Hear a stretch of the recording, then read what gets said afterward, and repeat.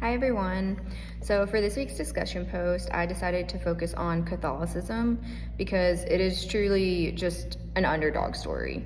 Catholics came to this country in the 1500s and experienced discrimination through the 19th and 20th century. They responded to hate with positivity and became the most practiced denomination of Christianity in our country today.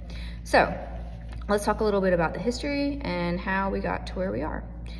Like I said, Catholics came to the U.S. with the Spanish settlers in Florida in 1565, and it wasn't until 1634 that the Maryland colony was established, welcoming Catholics who were being persecuted and discriminated against in the other colonies and also in Protestant England. So despite this colony being established, Catholicism very much remained a minority in the U.S. For many, many years, up through the Industrial Revolution. So for much of early American history, Catholics faced suspicion and discrimination. The Protestant people felt that Catholicism was incompatible with the democratic views and ideals that they were trying to establish in the U.S. at the time.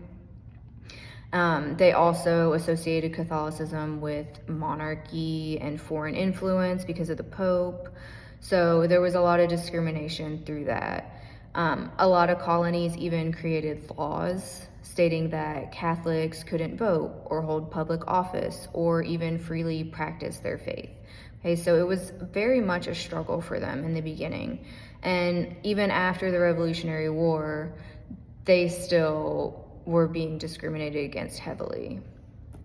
In the 19th century, with the Industrial Revolution, we saw an influx of immigrants coming from places like Ireland and Scotland, and with heavy Catholic influences. So we had a lot more Catholics coming into the country.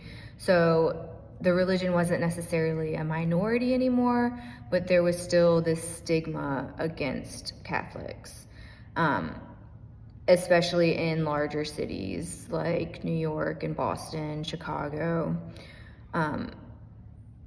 It actually had the opposite effect, and it intensified anti-Catholic sentiments. So this is where you have groups like the Know Nothing Party being established, and a lot of riots fueled by nativism, where they just refused to accept anything and everything that wasn't deeply rooted in American history. So despite all these challenges, the Catholics responded to this hate with positivity, and they created schools, and they created hospitals and charities, and they poured their entire selves into this country that was rejecting them, which you have to respect. I mean, it's honorable. The schools became like a safe haven for these children that were receiving just so much hate. And it also became a place for the preservation of Catholicism. Catholics faced a long struggle to gain acceptance in American political life, and it wasn't until JFK was elected in 1960 that people started believing that Catholicism could successfully integrate into American politics.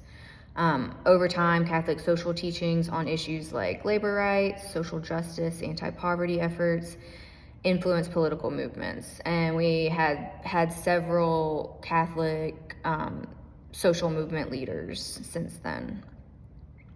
Today, Catholicism remains the largest Christian denomination in our country, and its influence is undeniable. Catholics have been divided over their own political issues, and they've had their own issues within the church, but overall it has positively impacted our country, and I'm just very intrigued by it. Thank you.